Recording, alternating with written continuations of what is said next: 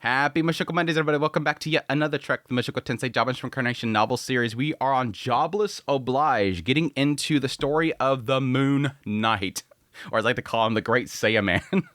The Great Saiyaman Sieg arc. But no, I had a lot of fun last week. I think it was a really fun little kind of trip into where Sieg as a character ends up going. I love getting into these stories about where the characters end up after the original series. I like the side characters. I like digging into them. Finding out that apparently Lada is going to become some sort of, I don't know, scamming fortune teller for a king somewhere at some point.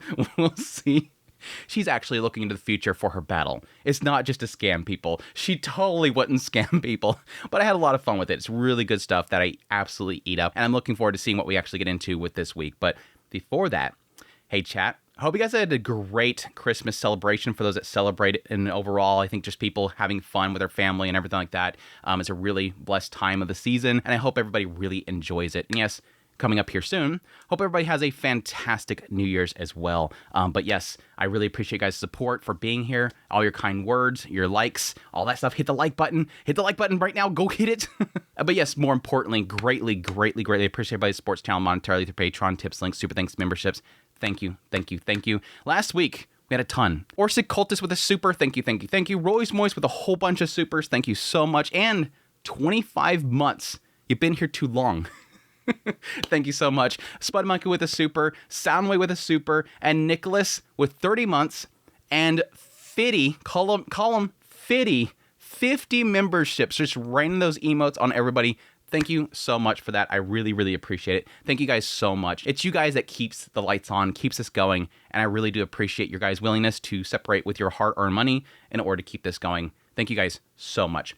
But with that said, we should just get right into it. Act 2, judging the evil of the slave market. This is the thing that everybody wanted. All these people get so upset about Rudius about he's going to be doing it. Chapter 4, in the past with my friend. Oh, we're going back to Pax. I get to use the Pax voice. I thought we were just going to be like, here's Pax. He was his friend. And then just like, we'll just forget about Pax. Just move on. Now I get to use my Pax voice. Yay. Pax was highly motivated and an intelligent man. Whether it was mathematics or magic, he approached everything with logic, and his understanding was quick. Sounds like a Cliff character. Of course, Cliff was more like, he's not brilliant, he's just a hard worker. Like, he just keeps at this stuff. I don't think that he's necessarily like Eureka kind of person. He showed a strong interest in economics and territory management. I wonder why. And see, I called it. I mean, that's the obvious conclusion they're going to go with Pax, is that he's going to want to take that kingdom back. And in those classes, his comments were always incredibly unique and well-reasoned. So much so that not only the other noble children who looked down on him and ignored him, but even teachers themselves would open their eyes wide in surprise. On top of that, he was fluent in 3 languages. So this is sort of a different perspective of the prejudice that's happening in the school. Whereas with Sieg, he wants to kind of solve it with strength, but it's not working for him.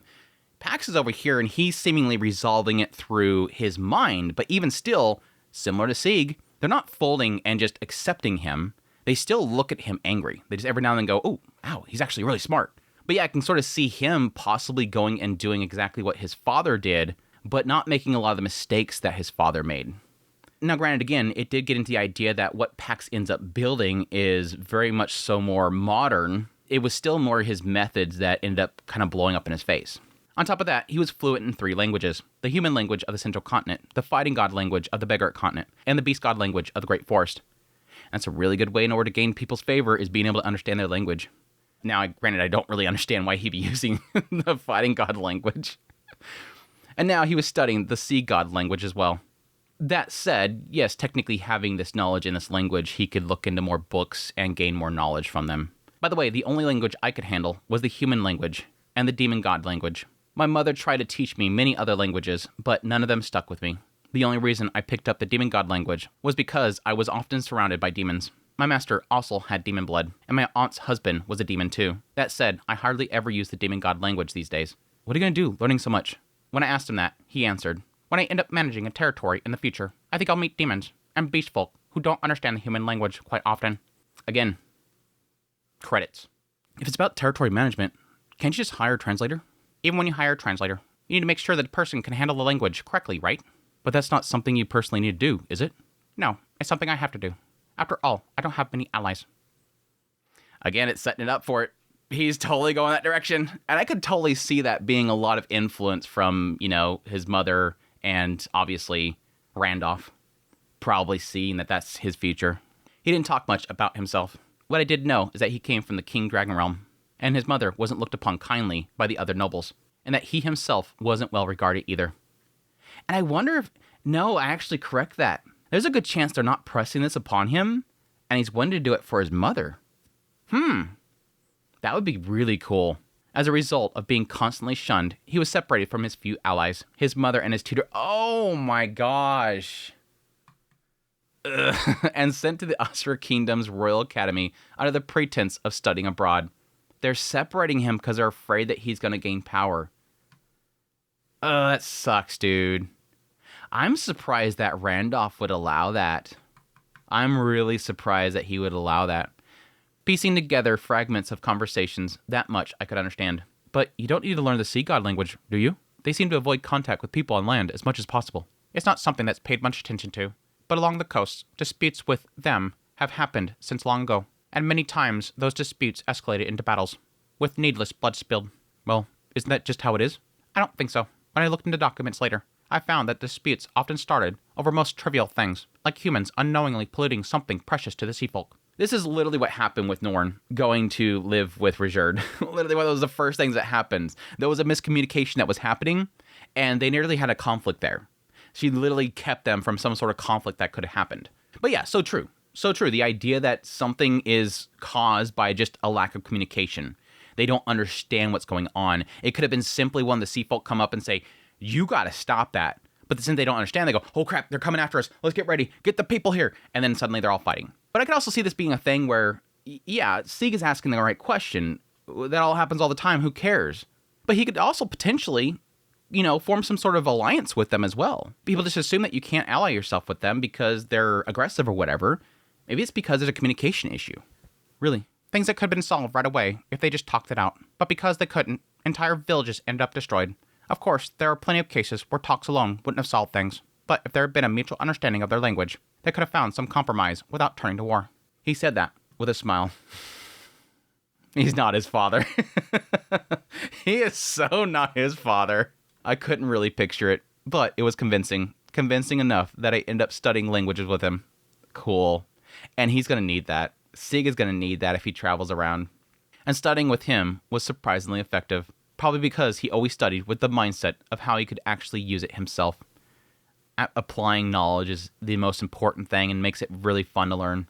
Whether or not I would use what I learned was another matter. But if you studied while imagining practical use, it makes you feel a bit excited. Yeah. Now, as for him, his talent in swordsmanship was average. He could never beat me, who had been learning the North God style since childhood, no matter how hard he tried. It's not that he was weak. He studied under the same North God style as me. Yeah, of course.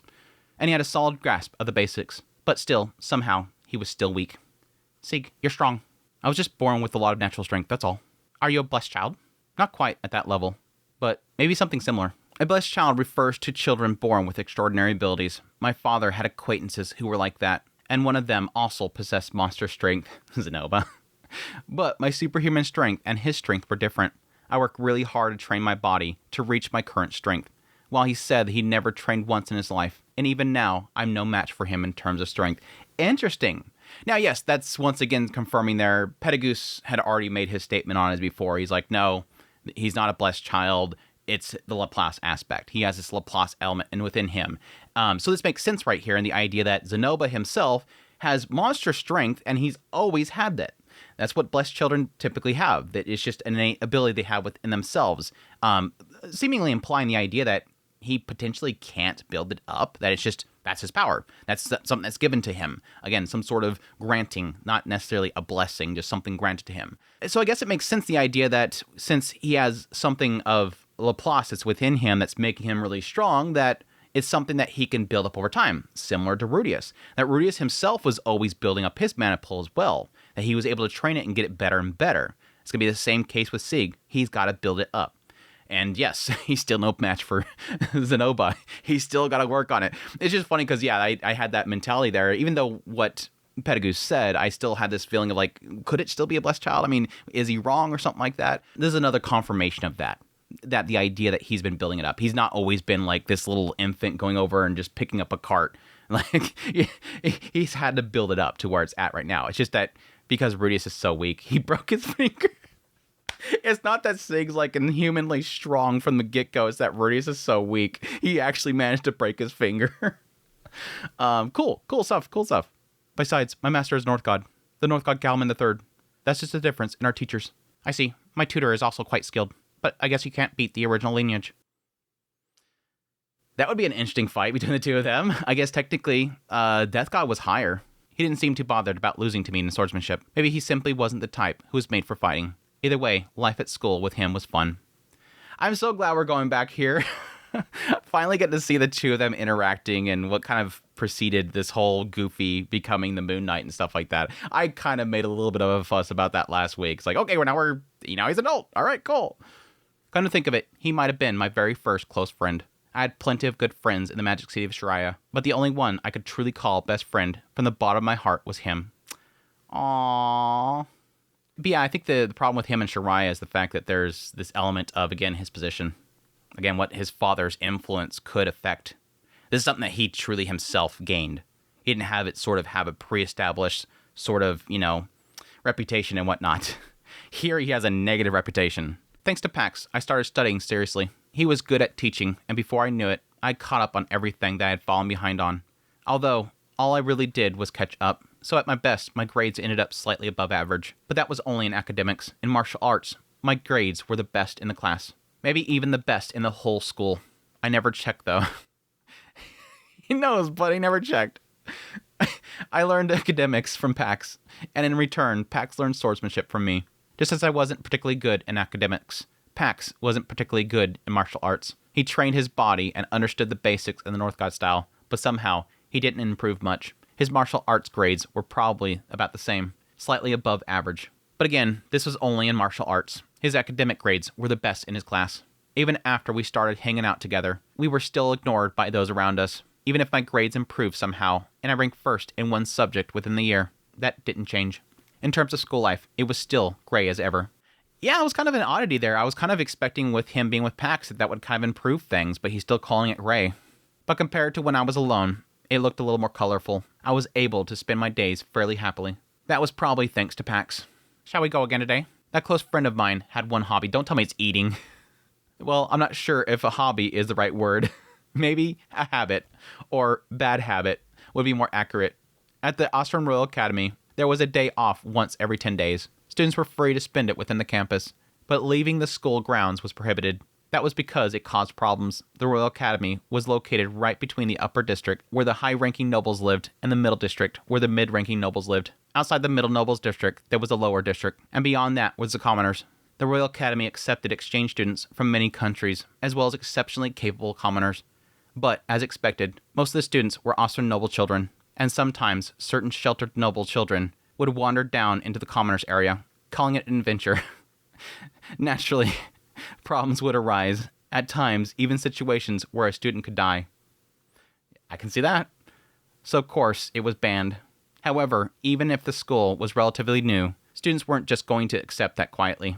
Within a few years, secret escape routes were made, and on holidays, the students began sneaking around freely. The school, while officially banning it for appearance's sake, seemed to have given up on stopping it completely, half turning a blind eye. Until somebody important dies. Not because of that, but we too used the escape routes, and on days off, we headed into town, leaving through a small hole in the back of the school. We found ourselves in the royal capital of the Austria Kingdom.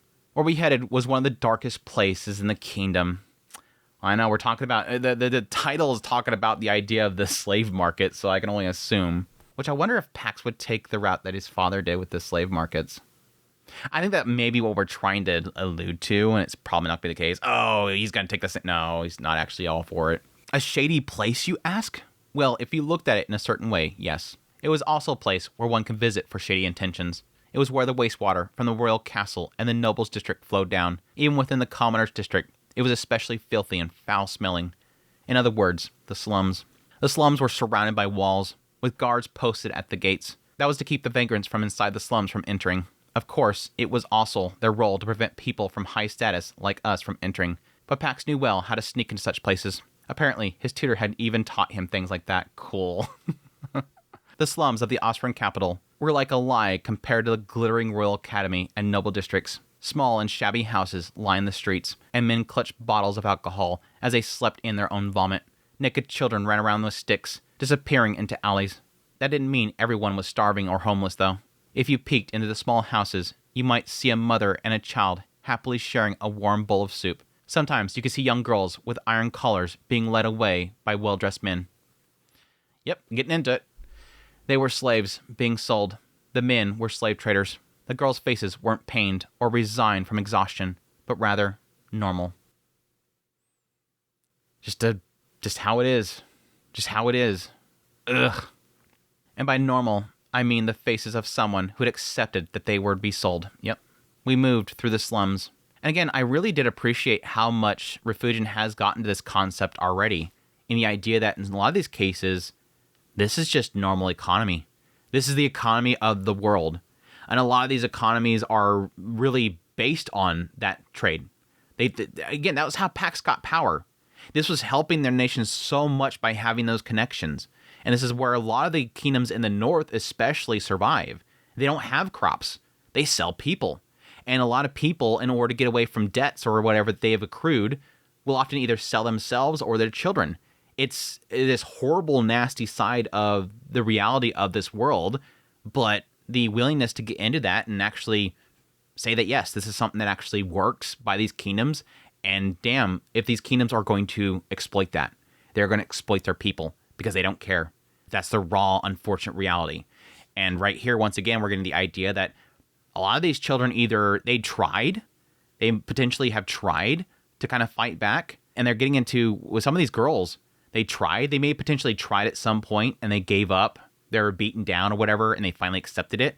Or potentially, they themselves allowed themselves to be sold, or they accepted to be sold, again, similar to the whole, explanation of the North, to avoid starving.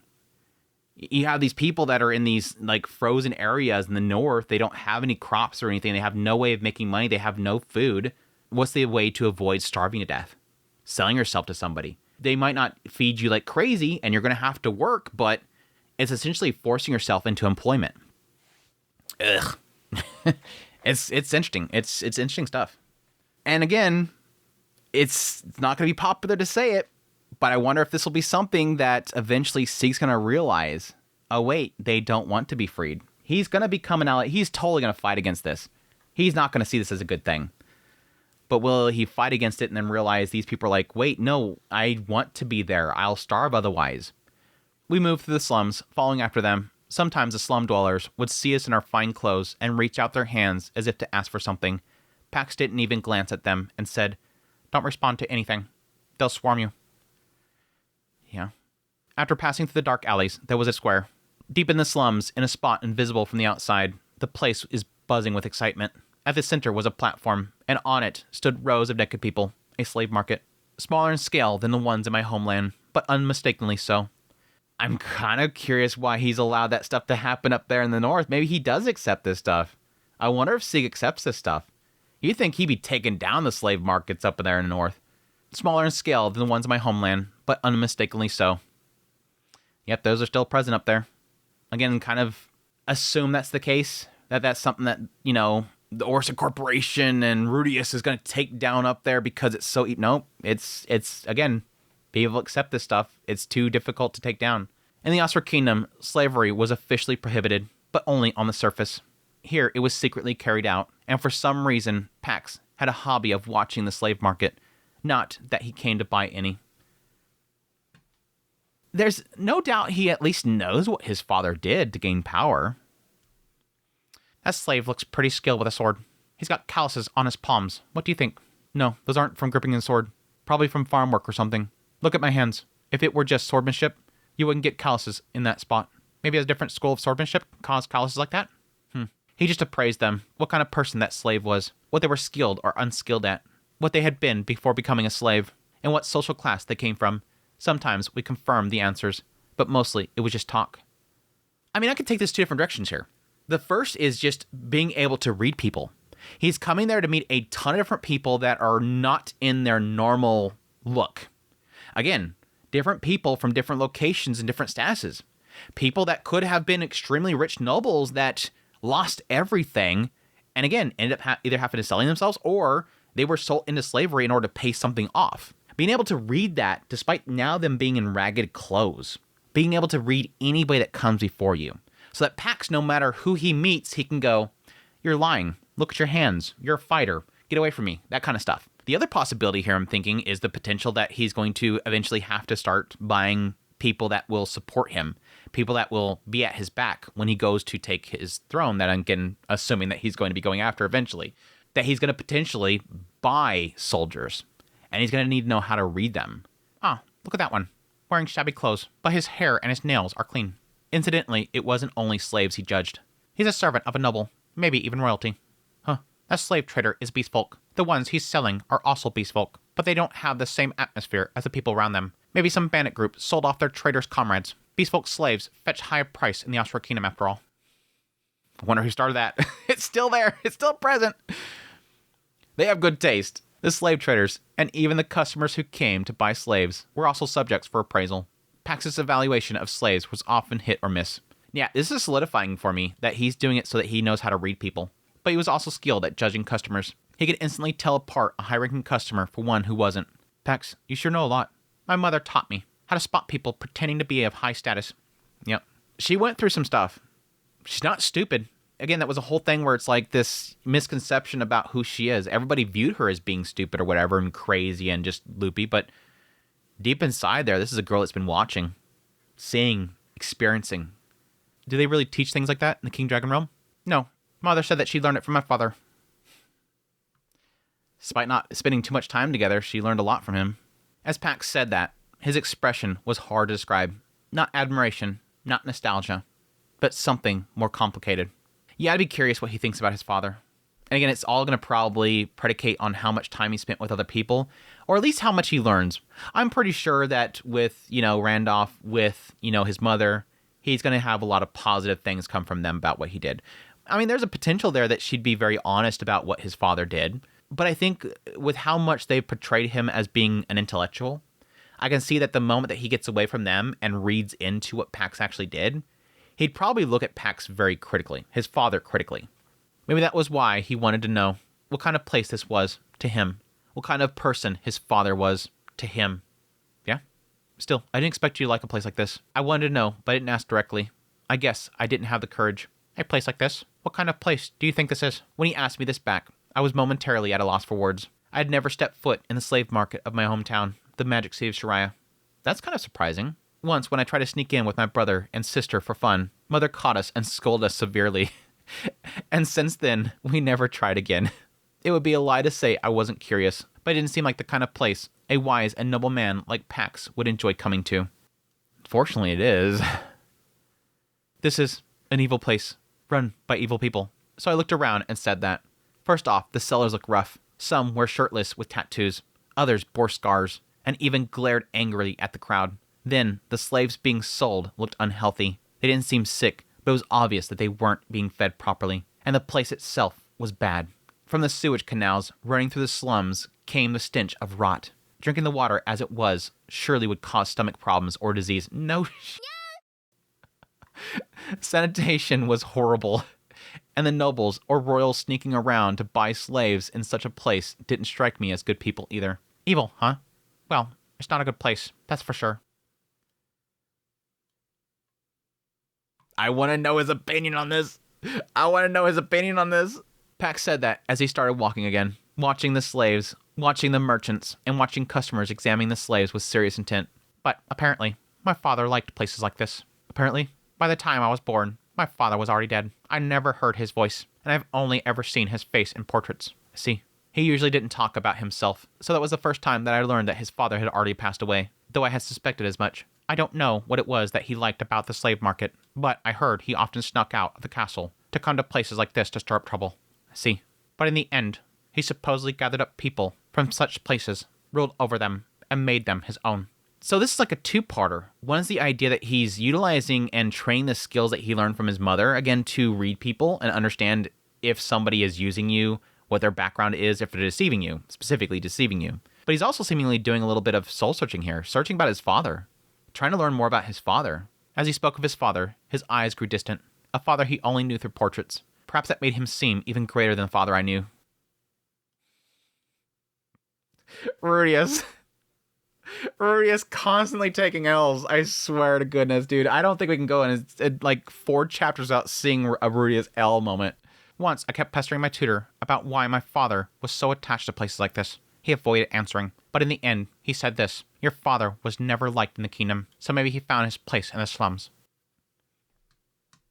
I mean, Randolph is making an assumption here. Randolph wasn't always with Pax. He didn't see Pax's entire life. A lot of his childhood, I think, is his own mistakes, and that eventually erupted into the idea that he wasn't liked by people, and then he did it in order to gain power. He was literally out there looking for power, some sort of fame and whatnot. His father had been the prince of a country called Sharone Kingdom. Perhaps due to a curse, he was small from birth, which led to bad behavior, resentment, and being treated as an outcast, even within the royal family. For someone like that, finding a place outside was inevitable. And it wasn't just my father. I heard my grandmother was a slave. I don't know what my grandfather, the king of the King Dragon realm, was thinking when he bought her, but she became his plaything. And then my mother was born. Naturally, she was scorned as a child of a slave. Yep. His grandmother was said to have been born with blue hair. Blue hair usually meant the Maker tribe, but whether it came from them, some other demon tribe, or was just coincidence, I couldn't tell from his story. Still, that hair had been passed down to her daughter, and then to her grandson, along with the stigma of being descendants from slaves. I guess, yes, technically within that kingdom, and again, I'm assuming that a lot of the people around here know about this.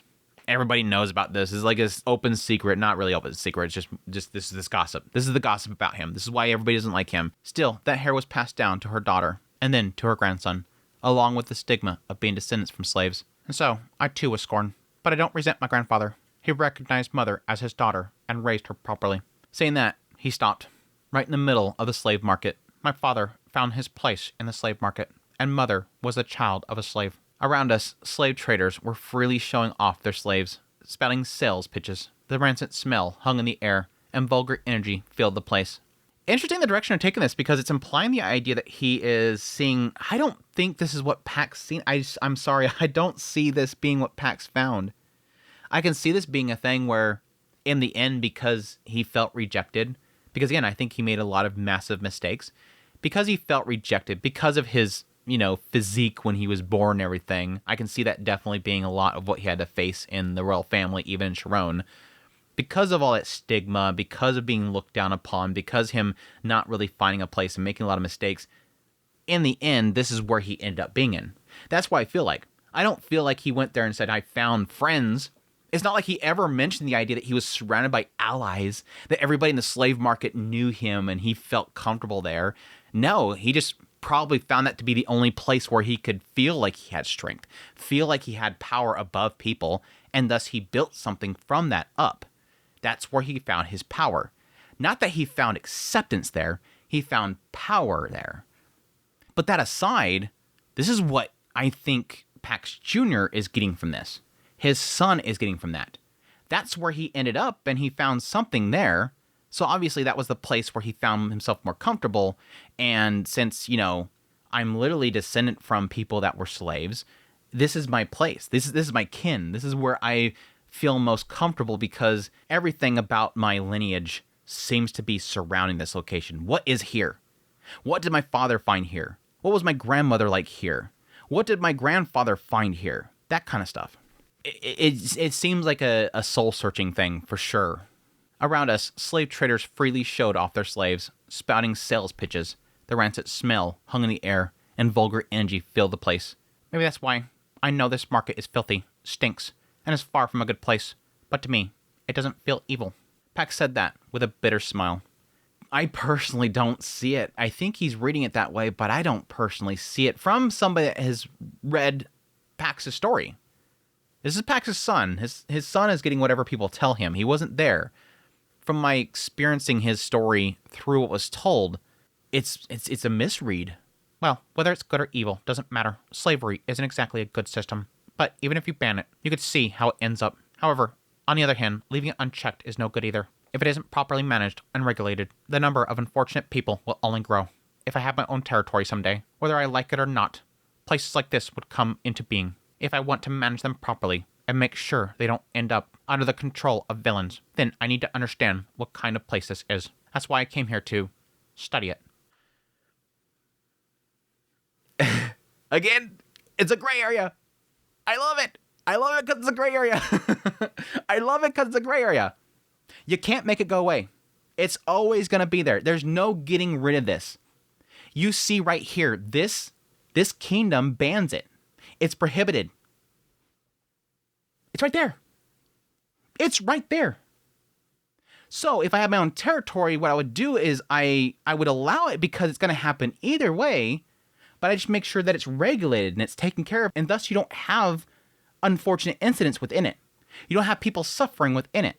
I don't know, have something where, yes, you can buy and trade them or whatever, but you have to make sure they're healthy. You're going to have regular inspections. If you're not taking care of these people, if you're not treating them in humane ways, we're going to slap you with something. Though I would argue, depending on how much that regulation is, which would probably require them to, again, take care of them properly, which would cost them too much money, you're going to have other markets appearing. You have the above ground markets, and then you have the underbelly. No matter what you do, it's still going to be there. This is, again, this gray area where I'm like, I understand what he's saying and I agree with it. It's the best way to handle it is to regulate it, but it's not going to make this go away. What he's saying in front of him is not going to go away. The number of unfortunate people is going to still happen. It may lower the amount of it. You're going to have the more public stuff that is to regulations being more seen by more people, and thus they're going to want to properly, follow those regulations. Man, again, it's a gray area. I love it. It's a gray area. But I'm happy to at least see he doesn't like it, because that was a question mark that I had when he came here. As I was waiting for that but. And it seems like that but it's going to happen anyways. And if I had territory, I would allow it, but I make sure that people are taken care of. Pax gave a wry smile and shrugged his shoulders. To him, the slave market wasn't evil. Of course, neither were slaves evil. If they were, then his very existence would surely be considered as evil. Oh, he's literally talking about people seeing his grandmother as nasty, and of course his mother is nasty, and thus him as nasty, because they were slaves. Study it, huh?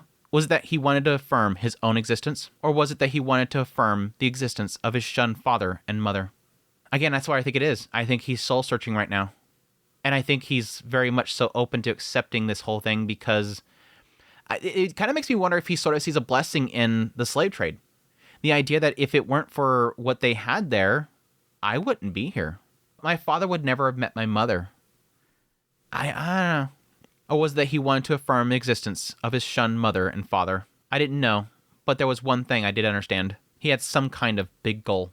Otherwise, he wouldn't have studied abroad in a country so far from the King Dragon Realm, nor would he visit a country's slave market. Sig's seeing it. He's got some goals. He's going to take back his country. Do you hate it, coming to a place like this? I don't like it, but if it's for studying, I'll go along. To me, Pax shone brightly, having already given up on my dream of becoming an ally of justice, and just spending my school life without any real purpose. I couldn't help but envy him. That's cool. That's cool, because, that was a question mark. We went from literally him being at school, and he gave up because nobody's going to accept him because of what he is. And again, his actions reflecting poorly upon his family, and him realizing how stupid he was acting, why my sister keeps seeing Baka.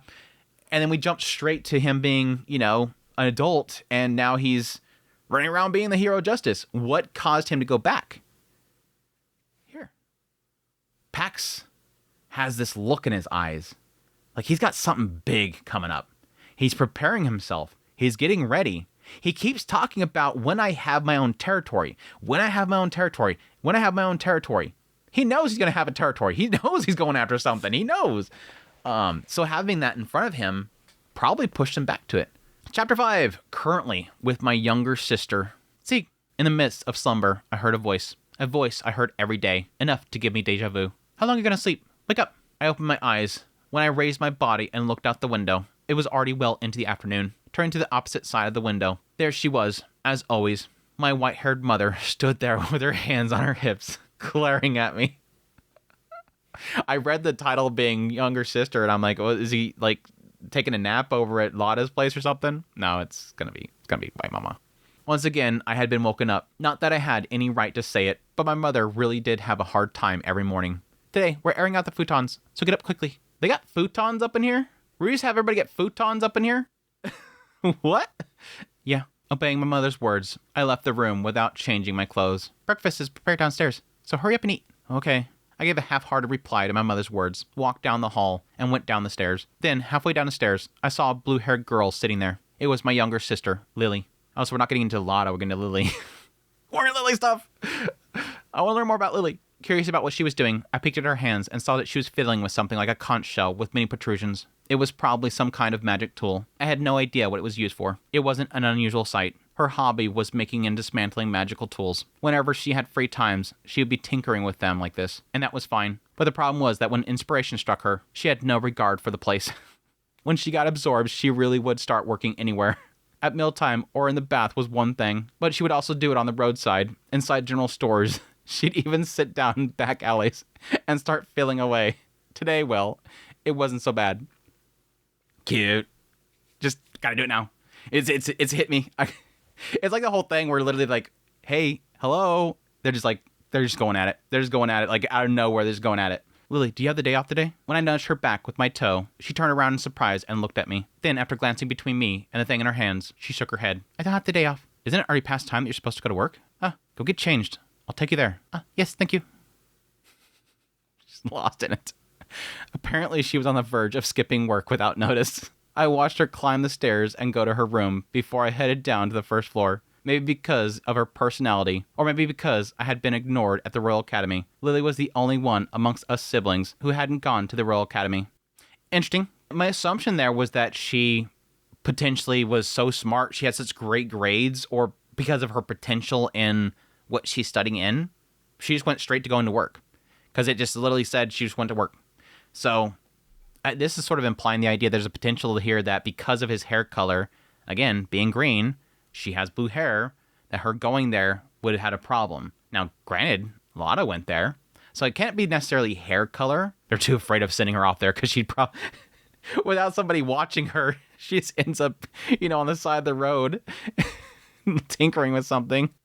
She herself hadn't wanted to go to the Royal Academy, and through our father's connections, she had gotten a job at Zenova Company, a business that produced and sold art and magic tools. Lily's department mainly handled the development and repair of magical tools. She seemed to be highly valued there, and even has her own private workshop at the company. For my sister, who loves magical tools, it's probably the closest thing to paradise. And yet, she was a chronic latecomer and absentee. There's like a side of it where I see like this as being a total blessing and curse at the same time. She's probably extremely skilled because she's been tinkering with these things ever since she was, old enough to be able to hold on to something. Like, she's always had these things in her hands. She's always messing with them. So she's probably really smart. She's really good at this. I mean, she's highly valued there. But I can see that also being a curse in the idea that this girl keeps probably getting lost in something. She spends way too much time in something. I've had experience with that in my job, working with people that they're really good at what they do, but they spend too much time on things because they try to go the extra mile to either do something or overdo something that they end up wasting a bunch of time and costing a lot of money. So rather than efficiency, they're going for too much. And you have to keep stopping them and saying, don't bother with doing all that. Just cut this off here and move this direction and finish the project. You don't need that much stuff. Great. Congratulations, you're good at that, but we don't need that much. I can see that being her. She spends too much time on it because she gets lost in it. You have all these things in this building to do. You need to stop messing with that one. Or technically being bad at multitasking, handling more than one thing at the same time. Usually, like today, it was because she got absorbed in a strange magical tool. She really lacked awareness as a working adult. Well, not that I'm the one. Yeah, not that I have any right to talk. By the way, my second younger sister, Chris, had enrolled in the Osram Royal Academy. Her hair color wasn't blue or green, and besides, she wanted to go to the Osram Kingdom in the first place, so neither father nor mother had objected. For my younger sister, who even as an adult still admired sparkling princesses, the Royal Academy was probably like a paradise. Yeah, I was about to say. I wondered how she was doing right now. Maybe she had gotten herself a boyfriend. Red Mama, Lily's going to the shop now, so I'll give her a ride. Can I borrow a horse? So she wasn't off today. Fine, be careful. I told Red Mama, who was in the dining room, then quickly wolfed down my breakfast and left the house to prepare the horse. She's like, good, be useful. Good, be useful. With Lily riding on the back, I took the road to the Zenobia store. The horse belonged to Red Mama. Not only was she skilled with a sword, but she was also good at horseback riding. And when we were little, she often took us along on rides. She was also good at training horses. Every horse grew very attached to her and became obedient. She knows how to break them. Gonna give you a hug. Gonna break them in. We siblings all learned to ride by using horses trained by Red Mama. By the way, the horse's name was apparently Caravaggio. My father had named it. It was the same name as the horse grandfather had owned. I didn't know the reasons, but whenever my father kept animals, he always gave them names. That's just the kind of person he was. I mean, most people name horses? Is that an oddity? I didn't know that was an oddity. I mean, yeah, for like a stables that has tons of horses, but even then, a lot of them will. Lily leaned against me while fiddling with a magic tool from earlier. Traveling or not, she didn't care. I maneuvered the horse as so not to drop her. I was used to it. What kind of magic tool is it? It's a magic tool for watering fields. If you attach it to a stick and pour it mana, it spins around and sprays water. A water sprinkler. Rudius, you give him an ideas? Sounds like it sprayed the person using it. I'm working on improving it so that doesn't happen. With that, Lily started fiddling with it again. We siblings had all learned horseback riding, but Lily wasn't very good at it. She could ride, but when she was on a horse, the horse itself got confused. What? She could ride, but when she was on a horse, the horse itself got confused? Like she's handling the reins wrong or something? On top of that, if she noticed something on the roadside that caught her attention, she would suddenly jump off. She was fickle like that, and since she was short, getting back on was always a struggle. To top it off, Lily had no sense of direction. She can get lost on routes like home to school or home to work, but when she was little, she would often wander off and disappear. That said, she never thought of herself as lost. I would often go look for her, and when I found her, she usually just tilted her head with a blank look on her face. Perhaps my father and mother decided not to send her off the Royal Academy, considering her poor sense of direction. Yeah. This is pretty much solidifying a lot of feelings that I've had for Lily's character in a long time. My assumption and the direction that Refugien is taking her character. They've always sort of described her as being somebody that is just in her own world. Everybody's doing this, they're doing that. I mean, yeah, Lotta technically has a similar thing there, but Lotta seems like deliberate. She doesn't care. She wants to be in her own world. Lily's character has always been portrayed as she's in her own world. She is over here. She's doing this thing. This is the focus. Where I'm getting to is I feel like Refugien is putting Lily's character in she has autism or some sort of thing similar to that in this other world. Something that just kind of makes her hyper-focus on things. She's special in a way, and she needs to be treated in a special way because this is what she's focused on always. Everything else in her brain gets drowned out, and whatever she wants to focus on, that's it. That's her world. Again, unlike Lotta, who wants to be in a different place, is always just trying to get away from a situation or just being in her own world, Lily is being trapped in little worlds. This thing right here. And everybody's yapping at her and saying, go look at this, or there's a situation here. This is it. This is Lily's world. Until something else gets in her hand, suddenly, this is my world. I gotta focus on this thing now. Everything's happening around her. Doesn't care. A sort of autism or something is what I'm getting at with Lily's character. Now, the only thing that broke that for me, even though I had that thought process way long time ago, the only thing that kind of broke that was Lily's chapter in the last volume in Redundancy 3. With Lily's chapter, it didn't feel like that. And then again, there's a spectrum thing. Like, it could just be not that far, but the way they're describing a lot of this stuff, it feels like she's getting locked into stuff. So much so that she is getting lost in everything. And then when somebody comes and says, hey, where have you been? Everybody's been looking for you. She's looking at you like, what? What are you talking about? No clue. Lily's chapter gave me a sense that she is thinking about things around her. She wants this. I want this thing, and I know how to get it. But she's connecting everything. That's what Lotta does. I can do that. She's utilizing things she's observing around her. So it's not as if she's always trapped in a world. Her perspective chapter did not give me a sense of like, again, like extremes here. It gives me a sense that she is not completely locked away from awareness of what's going on around her. It doesn't seem like she cares as much. She assumes that something will just get resolved. Again, the emphasis in that chapter was showing what Lily thought about Otis and Aisha running off together. She thought about it, but she just assumed they'll come back. Again, it's not as if she's locking things out in her mind and only focusing on one thing. So again, it could just be a spectrum thing. And again, it's not saying that Refugion's going for this kind of stuff. It's just what it feels like. It feels like that's what he's going for. Either way, if it's even remotely in that realm, yeah, I kind of appreciate the fact that they're kind of keeping her at some sort of at least visual range. Because she does sort of need somebody to kind of guide her if that's the case. Is the girl that seems to get very hyper-focused on things. And yes, with things like this comes some extremely brilliant minds. If that's where Refugian is going with Lily's character, this girl could become something extremely brilliant. And again, it implies that towards the end there, it implies this girl doing all this crazy stuff. Taking over the magic armor and stuff like that. And hopefully making my Mecha Julie armor. I want my Mecha Julie. At any rate, that's why, when she was about to be late, I ended up taking her. Huh? Suddenly, a cold sensation ran across my back. She turned it on. Cold! At the same time, screams rose from the surrounding pedestrians. Lily, that's cold. Sorry. I keep telling you not to activate magic tools on my back.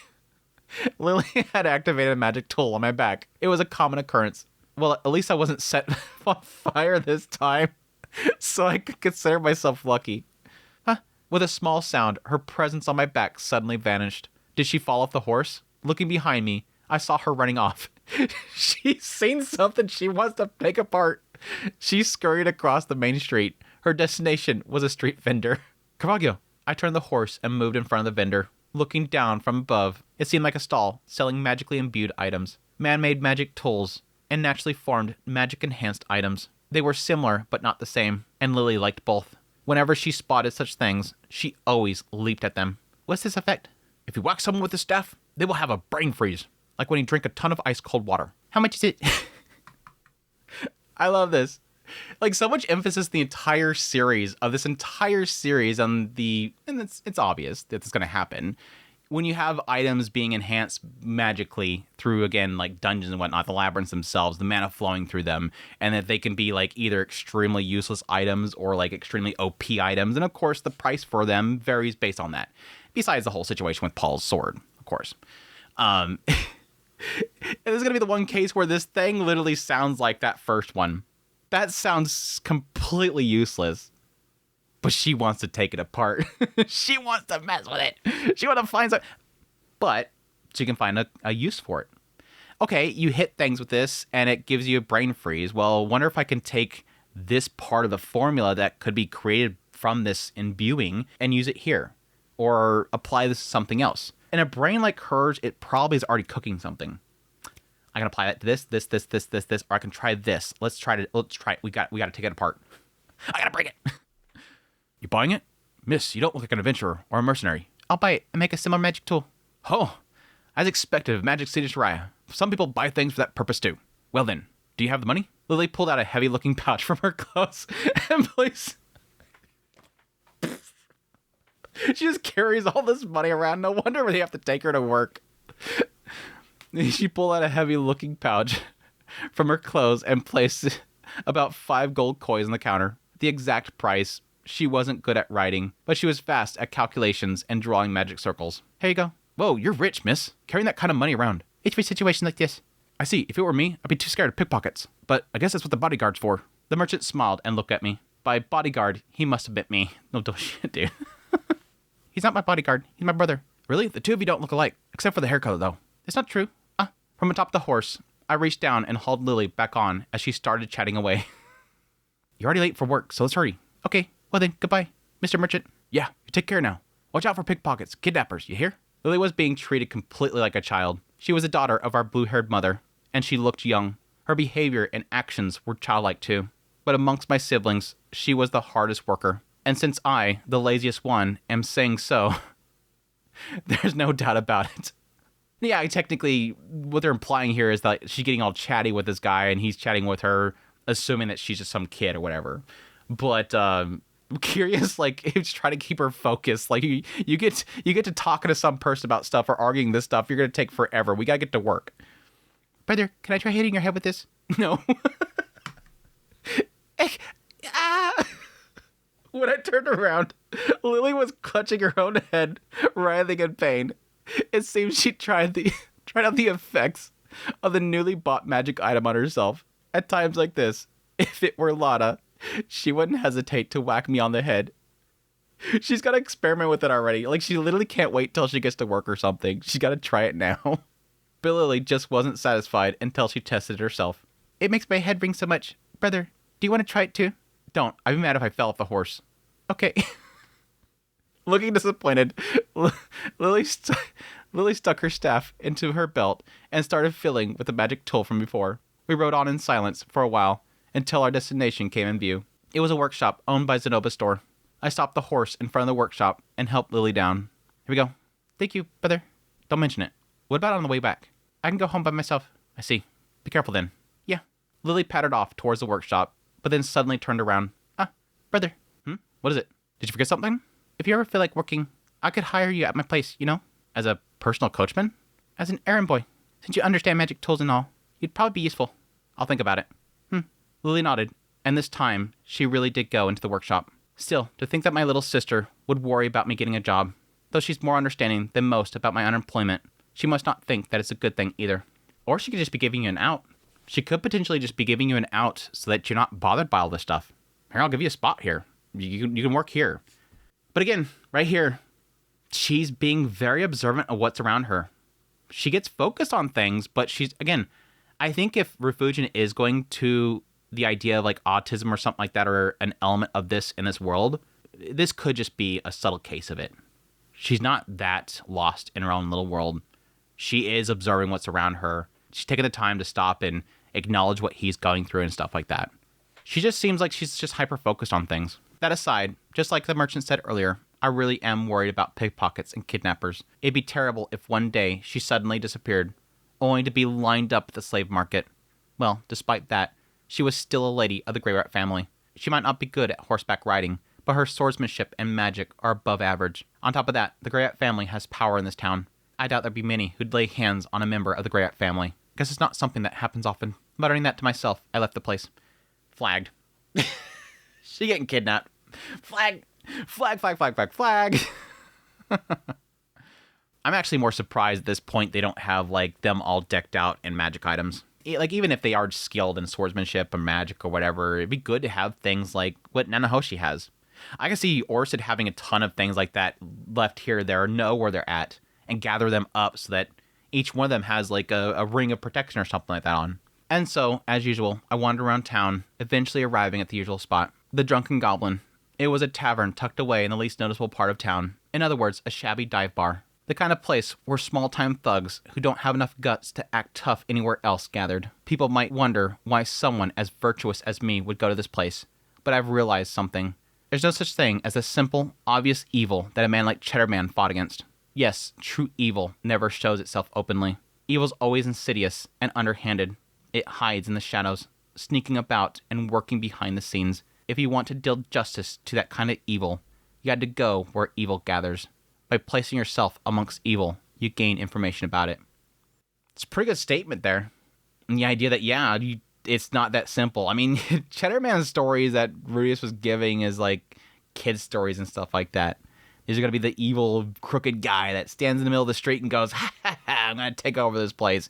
It's never that simple. It's never that simple. Oh? With that thought, I entered the tavern and saw a familiar face. A short man with a bald spot on his head. Georges, the informant. Yo, Georges, how's business? Sieg. Huh. Well, not bad. At least I have enough for drinks tonight. If Georges asks about Lily now, it's gonna be super sus. If you want, I'll treat you. Really? Thanks. Oh, but no booze for me. I know. Georges ordered another drink from the waitress. I don't accept or pay for rewards. Goodwill is the partner of an ally of justice, after all. What about you, Sieg? How's it going? I'm unemployed, no? There's no good or bad about it. True enough. Well then, anything interesting happened lately? Sometimes I'm the one who starts small talk. After all, it's small talk. Doesn't matter who starts it. Nothing interesting. This morning, I took my sister to work because she was running late.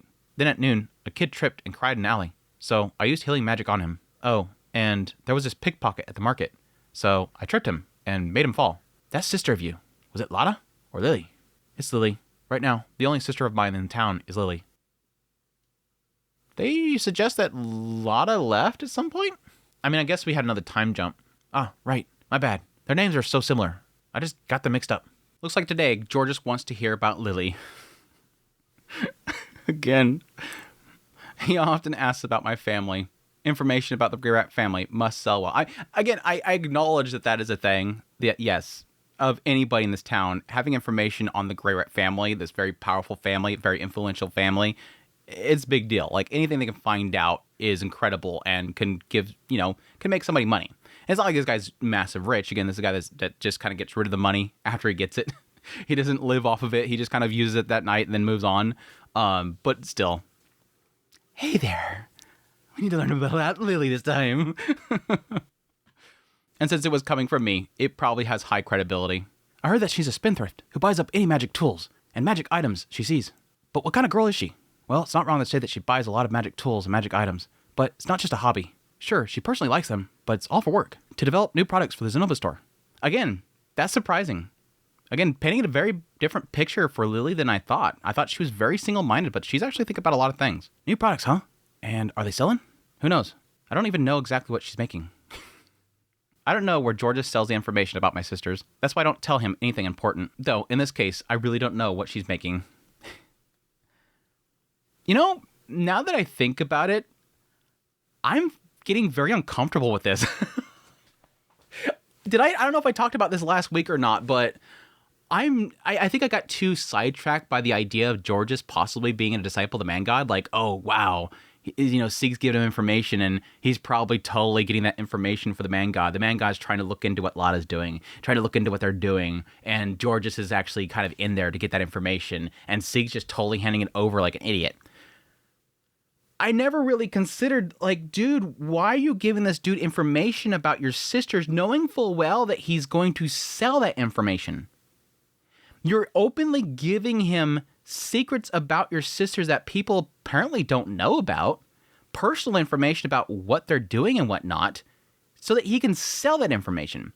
He says I don't tell him anything important, but you're at least giving him a lot of information that nobody knows about because it's information that he's able to sell. It's obviously good information. I'm sorry, learning fate divination magic, I think, is important information. What she's studying in the academy, that's not important information. You're giving him everything. I'm sorry, Sieg. I'm really not liking Sieg right now. I'm beginning to not like this side of Sieg. The fact that he's so stupidly giving personal information about his sisters to some random, information broker. You're disgusting, dude. That is nasty. That is absolutely nasty. Again, it could be that all this information is being sold to, some fan of the Grey Rat family, and it's going to turn into a butt of a joke later on or something like that. But, one, if this turns into being information going to the man god, and this does turn into something like a threat, that's going to be really annoying, and I'm going to be very frustrated with Sieg. Or two, if he's selling this information to some creepy noble that has some fascination with the Grey Rat girls, and he's just giving this information out for that person, for that sake. Anyways, Sieg, you're developing a massive L. you're developing like a Rudius oblivious L right now. What about you? Anything interesting? Nothing interesting. The usual stuff? Yeah, the usual stuff. By the way, it seems that Georges has a faint suspicion that I'm an ally of justice. Of course he would. After all, the criminals he gives me information about ended up being defeated. Yeah, I'm about to say. A man who couldn't notice that much wouldn't last long as an informant. Yeah, I was about to say, the way that he described the whole situation last time, it was like, so where that would normally go? Well, there's a warehouse they usually probably go to. Yeah, you're setting him up. Not really interesting, but I did catch wind of a strange rumor. A strange rumor? On the highway, west of here, a bandit group's been appearing. That's not unusual, is it? The magic city of Shariah is a safe place, but once you leave the walls, it's a lawless land. Bandits showing up on the highways is an everyday occurrence. Sooner or later, Knights or soldiers from the country would be dispatched to deal with them. I can go myself as an ally of justice, but if it's the Western Highway, that would take a whole day. I would rather deal with things where I can leave at night and return the same night, preferably inside the town. Weak ally of justice. Can't even leave home. Outside the town is beyond an ally of justice jurisdiction. No, listen. The bandit group. They say they're selling off women and children they kidnap. Night after night. The slave market. The slave market, huh? That was close by. Watch Pax be involved. No, Pax isn't involved. Any identifying traits? Don't know the details, but apparently their leader wears a red bandana, and I drew out a full account of the villains from Georges. After that, as usual, we started chatting as usual. From here, it was a genuine small talk, listening to George's complaints, or his passionate ramblings about the buttocks of a middle-aged woman in the neighborhood. Of course, I didn't just talk to Georges. I spent some time chatting with the other familiar faces too. Late at night, after leaving the tavern, I headed to a vacant lot in town. Please don't describe everything in long detail again, Refugian, I'm begging you. I don't like the repetitiveness. Then I pull on a rope in the center of the lot. With a clunk, a hatch opened. That was my secret base, a place I had built together with my brother and sister when we were young. Aw, that's cute, like an old base. We carried in a table, wardrobe, rugs, and cushions, and made it into our place. Back then, we often played together here. I have so many fond memories of like back in the day making a little base with my brothers and the kids in this, the neighborhood. Ours was like next to some train tracks. It was really cool. This base was never passed down to my younger sister, and in the end, I became its last resident. The small bed and the wardrobe are just as they were. Perhaps I too am unchanged, just as I was back then. Okay, that's some deep thought right there. Just kidding, I muttered. And from the wardrobe, I took out something. A black helmet. A helmet that covers my entire head, once kept in the castle of the dragon god Orsted, where my father had taken me. Eh? Once kept in the castle of the dragon god? Did they make the office into a castle now? Okay, no new lore drop. Random new lore drop. Incidentally, though called a castle... Okay, never mind. It's not that large. God, read more, Andrew, before you start making comments. Compared to building above ground, it's smaller than our own house. My father calls it an office, but town folks all call it a castle. Perhaps they thought it was disrespectful not to call Lord Orsh's residence a castle. Maybe I was influenced by that, because at some point I started calling it a castle too. Well, that's beside the point. So it is a castle. So it is a castle. I didn't fall for it. In the underground storage of that castle, there was a huge number of these helmets. 20. No, maybe 30 of them. These are the curse-suppressing helmets? All black helmets like this one, each with slightly different designs, neatly lined up on the shelf, as if it were the corner of an armory. I was drawn to one of them. There was one helmet that looked really cool. Of course, I didn't steal it just because it looked cool. Even if I was a dumb kid back then, I wouldn't steal from the possession of the man my father served. It was given to me. When I picked it up and let out a breath of admiration, before I knew it, Lord Orsted had approached from behind and said, "I'll give that to you." From that day on, this helmet became mine. There was a brief moment there where I was getting some crazy theory and the idea of like this one he was drawn to. And again, these are all experiments. These are going to be different versions of what Cliff was making to suppress. Again, I'm assuming to suppress the curse from Orsted. And he's seen this one, he was drawn to it. But it gives me the idea that because it looked cool. But there was a brief moment where I was like, watch it end up being something about in that iteration of the curse suppression, it ends up giving him something. Like it's amplifying his abilities or something like that. So whenever he's wearing it, or again, maybe it's potentially going to have something to do with disguising him in some way. What if Orsted knows? Orsted knows something. Lord Orsted always wears one with a similar design. Yeah, there you go. And he owns several helmets like this, but this one's mine. Just so that, I carve a crescent moon emblem on the forehead of the helmet, and made this helmet the symbol of Moon Knight. I changed to black clothes, and then put on the helmet. Finally, after throwing on a dark-colored cape, the figure reflected in the mirror was Moon Knight, the ally of justice. Today as well, I will defeat the evil of this town. Chapter 6. Now, at the slave market. Finally!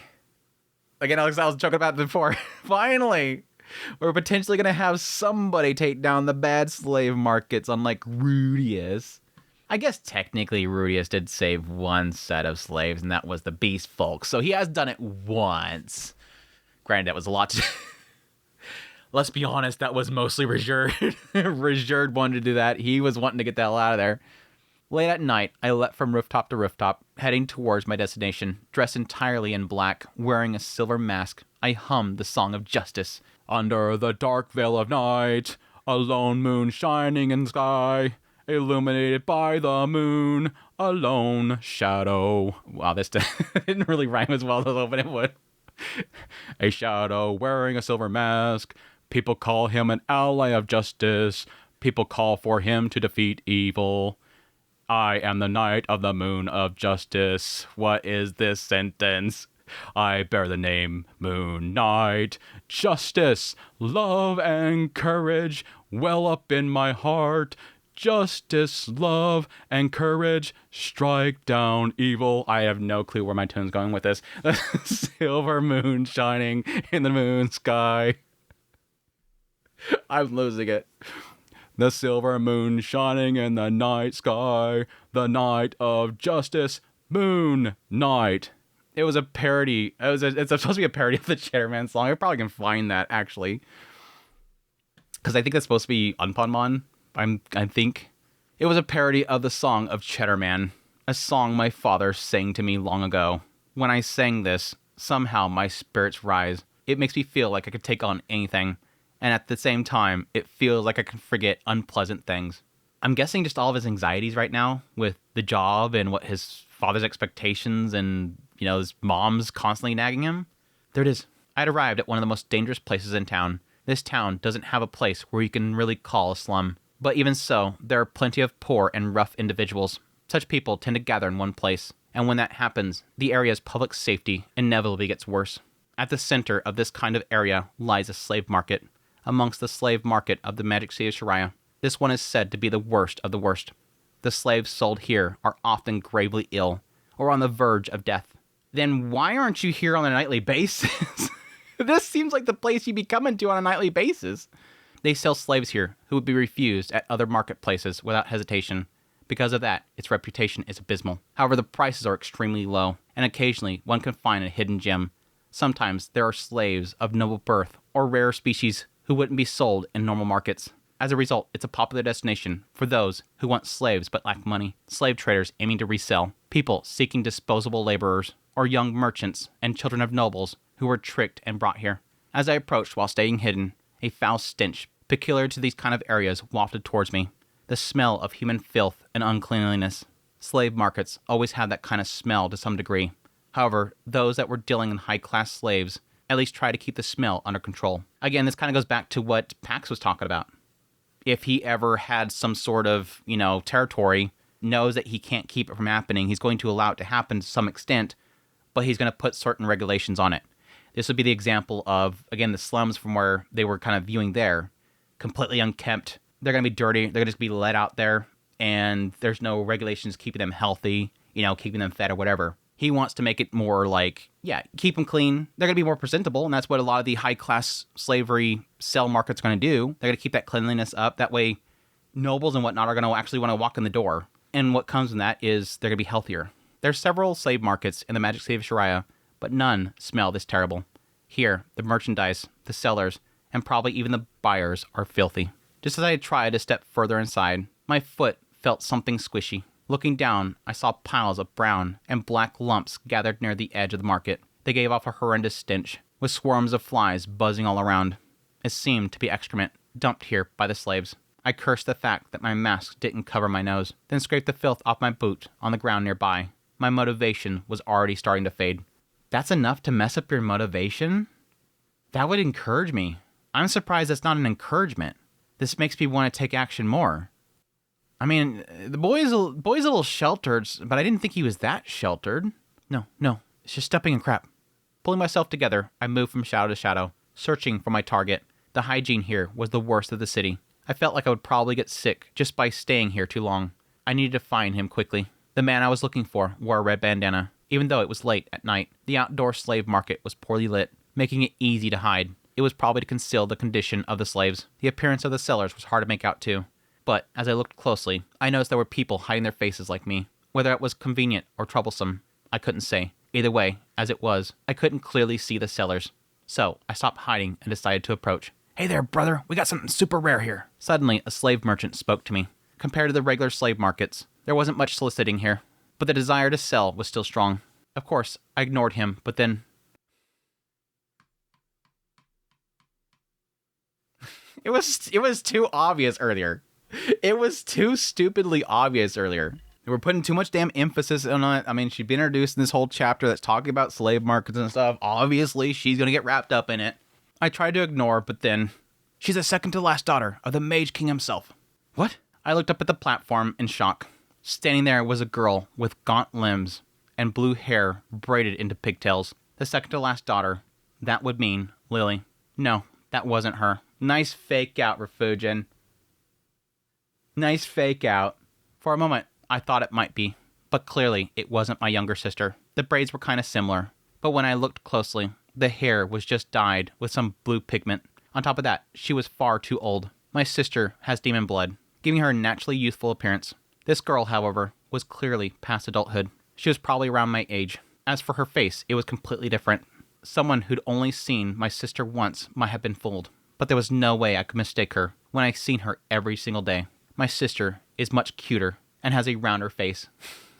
My sister, she's much cuter. "Don't worry, there's no way they'll track her down. Of course, the Mage King won't be coming to take her back either." Of course, it's a fake. There's no way she could be traced back to me when there's nothing real to trace in the first place. Why do you say me? Mage King, I thought he was talking about Rudius. That's a weird statement there. "Amazing. How'd you get your hands on such a rare find?"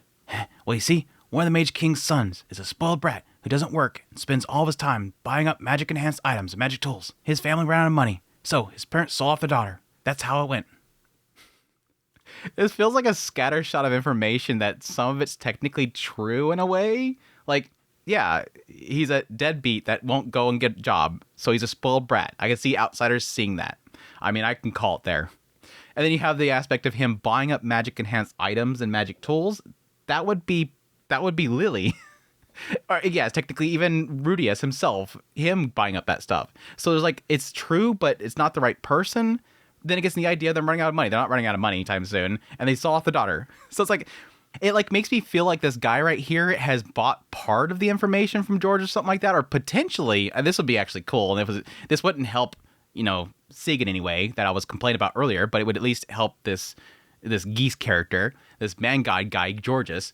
It would help him a little bit in the idea that he's selling the incorrect information out to people about Grey Rat family because he likes Sig so much. But this almost feels like this guy is sitting in that bar with Sig and Georges, and he's only hearing like every other word, and he's piecing it together to make a story for this. So it has some truth in here, but it's not all the truth. That's my assumption there.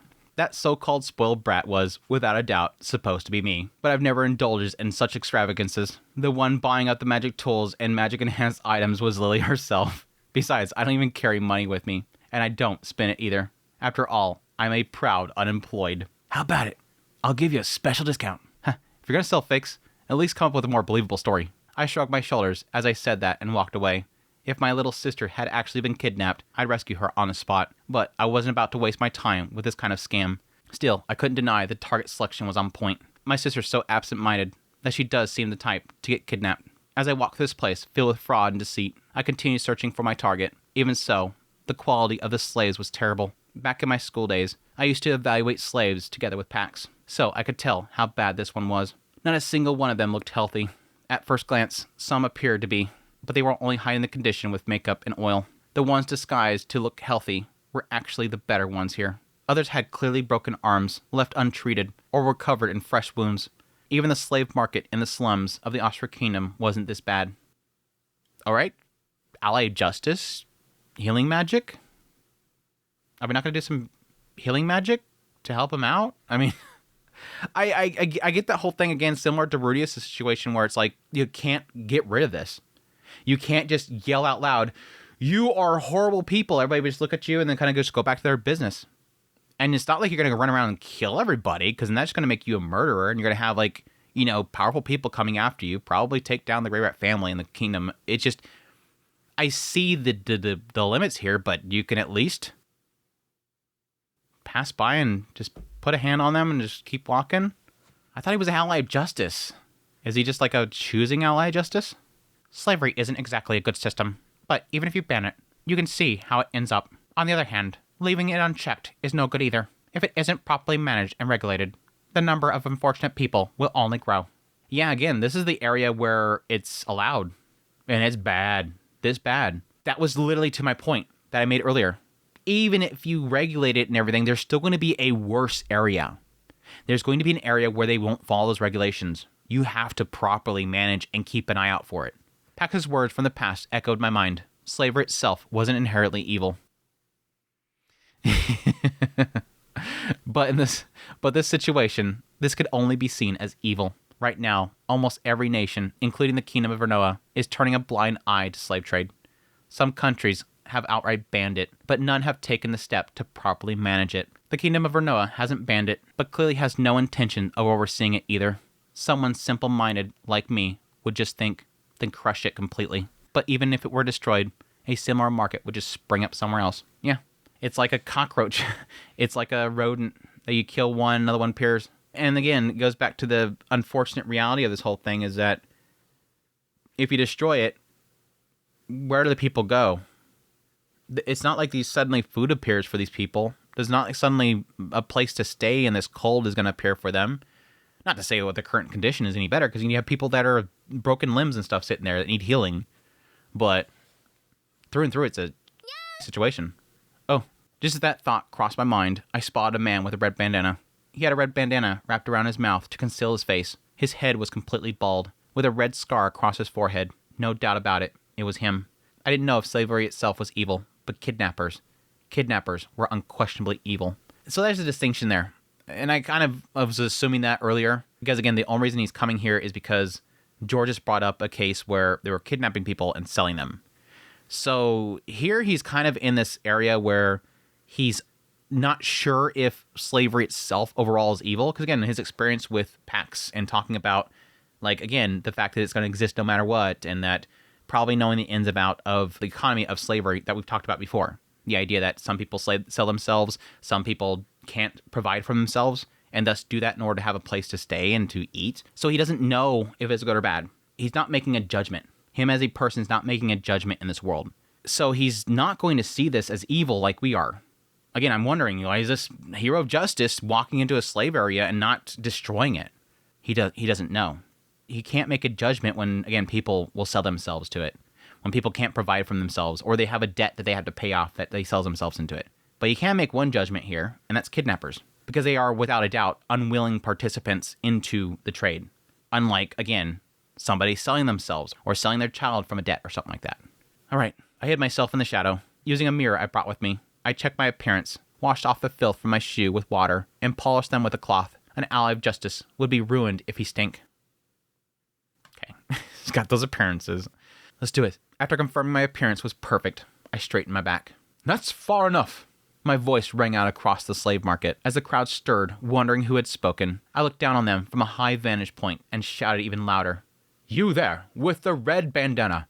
Kidnapper villain. Though your crimes may have been hidden from the light of the sun, they cannot escape the gaze of the moon.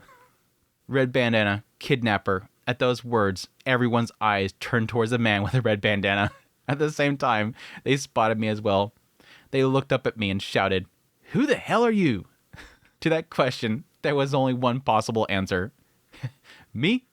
I am the Knight of the Silver Moon, shining in the dark night. I struck a pose and declared, The Ally of Justice, Moon Knight, at your service. The man with the red bandana and his companions looked at each other in confusion. Then, once again, they asked almost the same exact thing. What did you say? Why do they always ask that again? I didn't get it at all. But repeating my name would have been lame. So I always moved on my next line. Villains, I will not allow kidnappers to exist in my beloved city. Here I come. I wonder if there is the element that him having that helmet on, it's going to sound muffled. I can see it being a case where, like, there's no opening and thus it just gets muffled. But there's also, like, I wonder if maybe possibly the helmet itself, from the suppression, like, design on it, is it causing his voice to get messed up or something? It'd be so funny if we find out later. I discovered that nobody could understand what the hell I was saying. I leapt down from the high perch with a dramatic flourish. At the same time, Red Bandana and his companions drew their swords. Judging by their reaction, they were clearly quite experienced in real combat. And were there bandits out in the outer area of the town? I'm sure. There was 5 of them in total, but justice does not lose. I had already learned to fight multiple opponents from my master. Ha! Moonlight punch! I struck at first to one of the men who had drawn his sword. Aiming for his chin, I delivered a single, decisive blow to knock him out. A technique I learned from my red-haired mama. Boris punch. He learned the Boreas punch. He is OP. The first guy tried to block, but he was too slow. I could feel the satisfying impact of my fist connecting perfectly. Ta! Moonlight knuckle! The next man came from behind, trying to slash me. I dodged and drove a back fist into his face, but I messed up the technique name. The knuckle is supposed to be a body blow. Toe! Moonlight somersault! 2 of them attacked me at once, so I backflipped to avoid them. The backflip wasn't strictly necessary, but it looked cooler. We're getting so much into Batman. We're getting so much more into Batman. Perhaps thrown off by the move, one of the 2 attackers faltered for just a moment. Yes, that was part of my plan. Hua! Moonlight strike! I struck the other one, the one who hadn't faltered, with a counter punch. Only 2 remained, Red Bandana and the one who had faltered when he saw my backflip. Boss, this guy's really... Calm down, I'll distract him. You gather up the goods. Red Bandana stepped forward. His movements were sharp and without openings. Even with the 3 of his comrades taken out, he was calm and completely composed. Not a hint of agitation in his demeanor. His sword was heavily worn from long use. Judging from all that, this guy was really skilled. Apparently not taking care of his weapon. I guess if the blade's still sharp. That technique. Northgard style, isn't it? Wrong. This is the fist of the Shadow Knight, born from the moonlight. I call it Moonlight Fist. A 4th point of assessment. He instantly recognized my martial arts as Northgard style just by watching. His power of observation were sharp. I've been hearing rumors some fool going around in this town, beating up the bad guys with martial arts. That's you, isn't it? That's right. Evil must be destroyed. Here I come. Bring it on. I shouted and stepped forward. Then the man in the red bandana also took a step forward, but there was something different about his presence. It wasn't the intent to attack. He only pretended to attack. Water God style? While preparing to launch a counter-strike, this guy was a Water God style user. Yep. A skill that specialized in counterattacks. When it came to reversal techniques, it was said to be unmatched. One of the 3 great sword styles. Hey, what's wrong? Oh, righteous one? You said you were coming, but you're not attacking? If you don't move, my underling's gonna burn off with the merchandise. Damn you, villain, such cowardice! I hated the Water God style. They never make the first move. Instead, they inch forward little by little, adjusting the distance while using half-hearted attacks to provoke you, or taunting you with words to make you strike first. Because they don't attack, you can't fight them in a cool, dramatic way. He's such a kid. He's such a grown-up kid. What's wrong? Trying to look cool? Fighting with just using your fist? Can't you take the initiative yourself? That's not true. Here I come! Ideally, I wouldn't take the first move against a Water God style user, but if I kept hesitating, his underlings would take the poor kidnapped victims and escape. It couldn't be helped. Moonlight! I stepped forward with one foot, positioning both my hands ready at my waist. At the same moment, he moved too. Idiot! Faint! I clapped my hands together with a loud pan. At the same time, I released magic power, causing a brilliant burst of sparks that scattered from my palms. What? Almost simultaneously, Red Bandana swung his sword. A counter-strike aimed at my right hand. If I foolishly swung my fist straight forward, my right hand would have been sliced off. But the cat clap wasn't an offensive move. The distance was still far. His sword never reached me, slicing only empty air, and I didn't miss the opening that it gave me. Take this! Moonlight Serenade! With all my strength, I drove my fist straight into Bandana's face. The bandana came undone, and teeth scattered everywhere. The red bandana spun like a drill, blown several meters away, and crashed into a filth pile at the edge of the slave market. I felt a solid hit. I felt certain I had finished him off. With this, it's over. Justice has been served! Spare me! Oh right, there was still one left. I caught up the last one, delivered a silent body blow, and knocked him out cold. Justice has been served! When I struck the pose once more, the people who had been watching from a distance began scattering and fleeing in all directions. They were probably all people with guilty consciences. Are you all right? but I had no intentions of chasing anyone besides my targets. They weren't confirmed to be evil yet. More importantly, I should prioritize rescuing poor victims. I went around removing the handcuffs and gags from people who were about to be sold off as slaves. You saved us. We were suddenly attacked on the highway and ended up like this. Thank you. Thank you so very much. I never thought anyone would come to save us. Truly, thank you. The people who had been lined up as merchandise all spoke words like that to me, and there was only one thing I could say back to that. No thanks are needed. As an ally of justice, I only did what was natural. You've been stripped of everything, and it must be difficult. But now, you are free. Go home to your families. We're grateful. Come on, everyone, let's go home. The people, relieved, quickly dispersed. As I watched them leave, I tied up the unconscious red bandana and his men with a rope. On my way back, I reported to the city guards. Human trafficking was obviously a crime, but without evidence, it was difficult to arrest anyone. That was the reality. But today, there was plenty of witnesses. They'd surely be thrown into prison. Justice accomplished. It looked like I'd be able to return home in a good mood today. It's so funny because based on how it was worded last chapters, I literally thought he was just killing people. Like, literally blowing them away. Which they like to use that whole phrasing there a lot, but it's like, I thought he was legit killing them. Like, just, like, ending them. Because he just, like, goes home, like, right after that. And, like, here, too, I thought he just legit killed the dudes. And he's like, oh, no, I just tie him up and I bring him back to the guard and they're gonna get prosecuted somehow. Like, there was plenty of witnesses. Which witnesses? Did he bring anybody to the guards? Who would actually want to report these guys that was in those slums? Everybody that was the victims apparently ran home. Anyways, thinking too much about it. As I thought that and turned around, I noticed a girl was watching me. She was still chained up, staring at me through blue bangs. Is it gonna happen? No fake out this time. You better not fake out again. You've already done it once for Fujin. Through blue bangs, falling over her face with resentful eyes. No, it can't be her. Her expression said, why would you save them, but not me? Yeah, this isn't Lily. But she didn't ask me for help. When our eyes met, she quickly looked away and was dragged off by a slave trader, disappearing into the crowd. So this is finally hitting him. Again, when he came here, he said he wasn't making a judgment. He's not claiming if it's good or evil. Again, from his experience with PAX, he sees sort of, again, the economy of it and the element of, selling yourself because you're going to starve otherwise, stuff like that. It being a last resort for a lot of people. Now he's worried about somebody being forced into it suddenly. Why would you save those people but not me? Again, that was my frustration. He literally walked in here and he sees people with broken arms, but he just walks past them? And now suddenly a girl that I'm assuming just looking like Lily, this suddenly hits him, I guess? She kind of looked like Lily because of blue bangs. I didn't know how she became a slave, or why she had even dyed her hair to be sold like that. Wait, is this the person from earlier? That was a woman, and they dyed her hair. This is... what? Perhaps she had been tricked by some villain.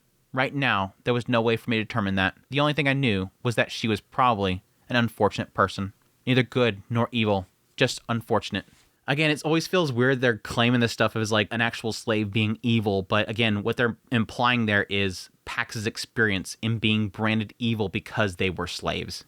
The royalty, the nobles, everybody's seen them as disgusting. I wonder what would have happened if Pax was the one managing this place. Recalling the words from my former friend, I left the slave market behind.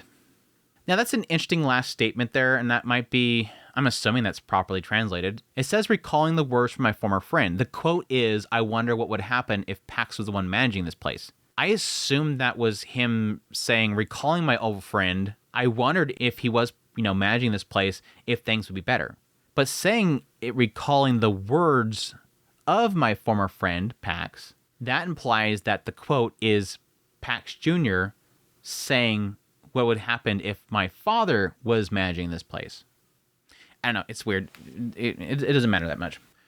That's it. That's Act 2. Oh my gosh, dude.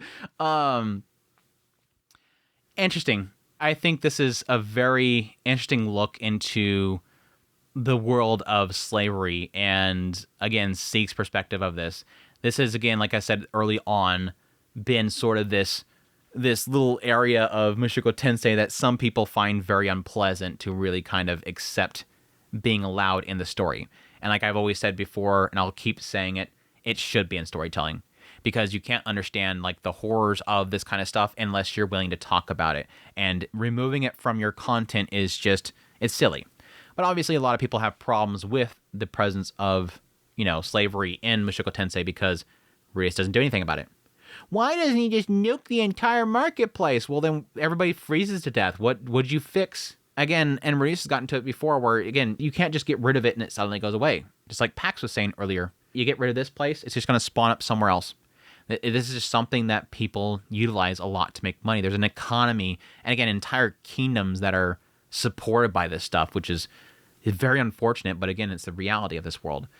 But seeing what Sig's perspective of this is very interesting. Rias has always been hands-off. He's been very, very hands-off. Actively partaking in some of it, at the same time not seemingly liking it, but understanding that it's not something that can be gotten rid of. Sig seems to be trying to figure it out. His first experience to being, introduced into it seems to be him and his sister and brother running off and messing around, but it seemed to be with Pax. Pax and him going there and hearing all the things about Pax talking about it. My grandmother came from this, and everybody looked down on me because we're seen as a family and spawned from this around me. We're not evil, but we're from this. My grandfather accepted her, but we're from this thing, and we're not evil. And my father, again, according to him, had found comfort amongst these people in this type of marketplace. He found something here, and I'm trying to find it. What is this thing? And at the same time, acknowledging this is always going to exist. You can't get rid of it. And you need to set up boundaries and regulations in order to prevent it from getting this bad. It's going to exist. You might as well control it. Make it safer. Again, Sig is still trying to figure this out. He doesn't know what's good or bad. He can only say, this part right here, definitely bad. The idea that you're getting not sold into it, not covering your debt, you're being grabbed and thrown into it beyond your control. You didn't have a choice. Now, granted, I would argue you're going to have a lot of people in that marketplace that are going to be, children that were sold off by their parents to cover a debt. Those kids didn't choose. But again, he said this towards the later part, I don't know what their stories are. I don't know if they willingly accepted that. I don't know if they were starved before and they had to do this in order to survive. I don't know. I have to look into each one of these individuals. I'd argue pretty damn sure the one that has a broken arm can probably use a little bit of help there, but I'm wondering if going forward this is going to be him making his choice. Will he choose that he wants this to exist or not? Is he going to make a decision, like I said before, that might turn into a mistake that similarly Calvin II ran into? Making those decisions for people, then realizing, hey, nobody's happy about this situation, but it's better than the alternative that I just created for them. I don't know. We'll see. But yeah, other than that, really love the Lily stuff. Getting to actually learn more about Lily herself, which again, sort of confirmed, but also corrected a lot of my mindset around her. Again, I thought that they were really going for the idea of very much so in the autistic realm of being very overly focused on things and everything else really being drowned out from their mind. But she seems very attentive to people and acknowledging what's going on around her. She just gets a little overly focused. And again, it could be an element of she's not in the spectrum kind of realm, how far she really is. But either way, it was fun getting to know her. The little chemistry between her and Sig was great as well. So good stuff. Hope you guys enjoyed this Mushoku Monday. That's it. We're going to call it there. I'm pretty sure my recording is horrible. A lot of problems with recording. Plus, this is Christmas week. So even if it does turn out shorter, that's another reason why. Get a little bit of a break here. But I hope you guys enjoyed this Mushoku Monday as always. If you did, make sure to hit the like button before you leave. I really appreciate you guys' support, all of your kind words, all that stuff. It means a great deal to me. As per usual, greatly appreciate it. Support channel monetarily, Patreon, tips, links, super thanks, memberships, all that stuff. It's you guys that keeps us going, and I really do appreciate your guys' willingness to part with your hard-earned money in order to keep this going. But with all that said, again, y'all have a wonderful rest of your holiday time and with your family and everything, and have a wonderful New Year's. But until the next Mushoku Monday in the year of 2026, it's going to be so funny if I delayed actually posting this Mushoku Monday and you're actually watching this in 2026. Until 2026, y'all take care.